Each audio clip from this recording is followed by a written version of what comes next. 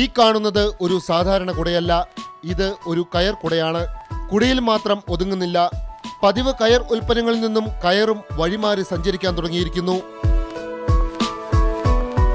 മഹിളകൾക്ക് തോളിൽ തൂക്കാൻ കയർ ബാഗ്, ആരോഗ്യ സംരക്ഷണത്തിനായി കയർ ജൈവ വസ്ത്രങ്ങൾ, കൊതുകിൽ നിന്നും രക്ഷപ്പെടുന്നതിനായി കയർ വല തുടങ്ങി വൈവിധ്യമായ ഉൽപ്പന്നങ്ങളുമായിട്ടാണ് 32ാമത് രാജ്യാന്തര വ്യാപാരമേളയിൽ കയർ ബോർഡിന്റെ പവലിയൻ ഒരുങ്ങിയിരിക്കുന്നത്. കയർ കൊണ്ട് നിർമ്മിച്ച വലിയ ചെസ് ബോർഡിൽ വലിയ കരുക്കൾ കൊണ്ട് ചെസ് കളിക്കുന്നതിനും പവലിയനിൽ സൗകര്യമൊരുക്കിയിട്ടുണ്ട്. തുടക്കത്തിൽ പരീക്ഷണാടിസ്ഥാനത്തിൽ നിർമ്മിക്കുന്ന പുതിയ ഉൽപ്പന്നങ്ങൾ ക്രമേണ വാണിജ്യാടിസ്ഥാനത്തിൽ വിപണിയിൽ ഇറക്കാനാണ് കയർ ബോർഡിന്റെ ശ്രമം.